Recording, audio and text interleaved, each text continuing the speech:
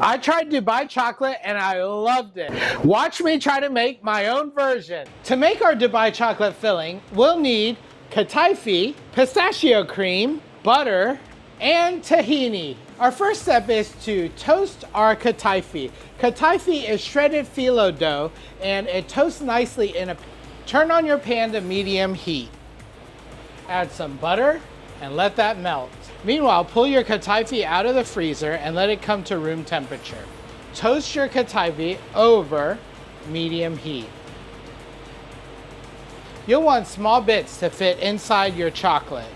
You'll want the Kataifi to be in small bits, but first toast and then you can crunch them. You'll want this to toast evenly so that you'll have a nice crunch for your filling.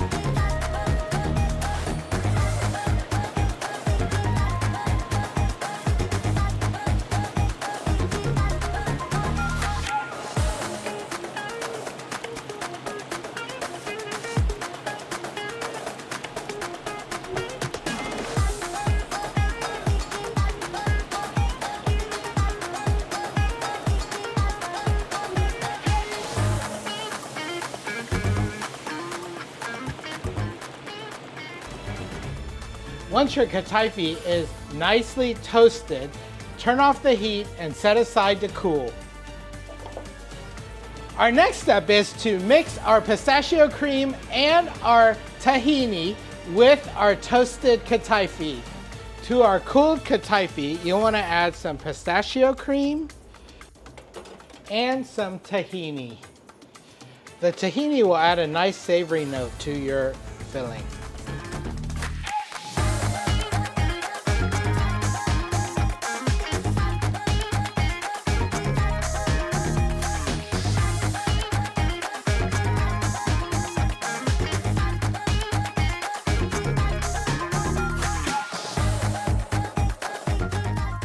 You want your filling to be room temperature when you fill your shells, because otherwise the chocolate will either harden too soon or not soon enough if it's too hot. I got these fun deep molds to fill, and Susie has painted them beautifully with all the different colors and filled them with a layer of milk chocolate so that we can fill.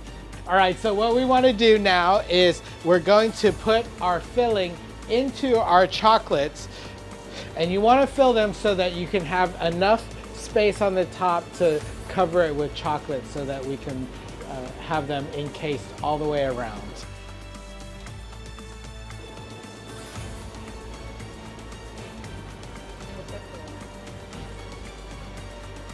That looks great. So you want to push all the filling to all corners of each chocolate bar so that every bite will have that delicious Kataifi pistachio filling in every bite.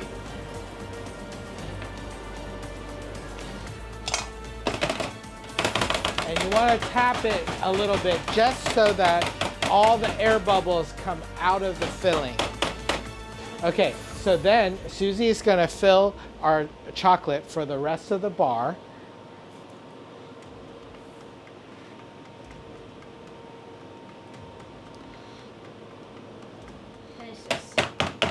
Okay, and again, you want to tap out all the air bubbles when you're making these. So Susie is taking a bench scraper and scraping the top just to make sure that all the chocolate bars are flat and even when we unmold them.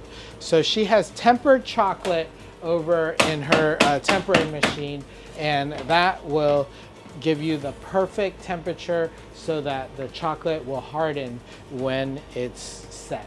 There's our beautifully flat chocolate bars, and they are going to set aside so that they can temper, and then we are going to mold them in just a few minutes.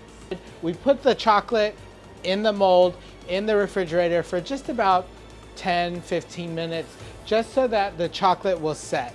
And Susie says that they are perfectly set right now, and it is nice and smooth, and we're gonna unmold our Dubai chocolates. Wow, they're beautiful. Let's take a look at this. Wow.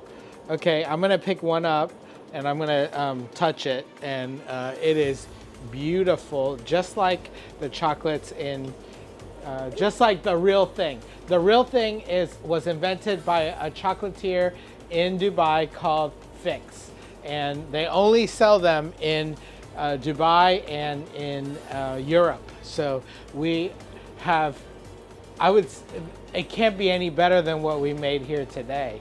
So let's break into it and give it a try and see what's inside. I get to do it? Oh my gosh. All right, so here we go. Let's break into this. Wow, look at that. Let me show you. This is just as the videos show. Are we gonna try this, Susie? Yeah. Let's try this, okay. It's got a perfect snap, and that's how you can tell that something is perfectly tempered. All right, so let's give this a try. Cheers. Cheers. Cheers. It is even better than I remembered it. That Kataifi, when you toast it, it really adds a nice texture and a nice crunchiness to it. Mission accomplished. We made our Dubai chocolates.